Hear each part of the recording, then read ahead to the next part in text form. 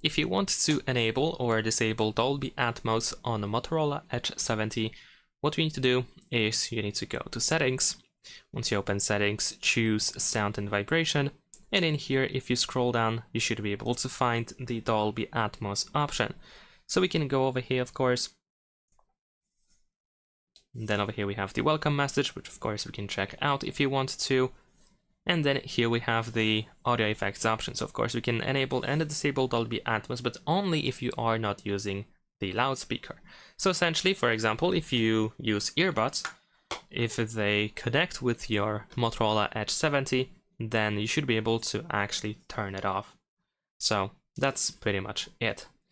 And of course, besides that, we can check Dolby Atmos settings if needed by tapping on this gear icon in the bottom left corner. And I believe that also we have the Dolby Atmos button available in quick settings somewhere over here. Let me actually check that. There we go.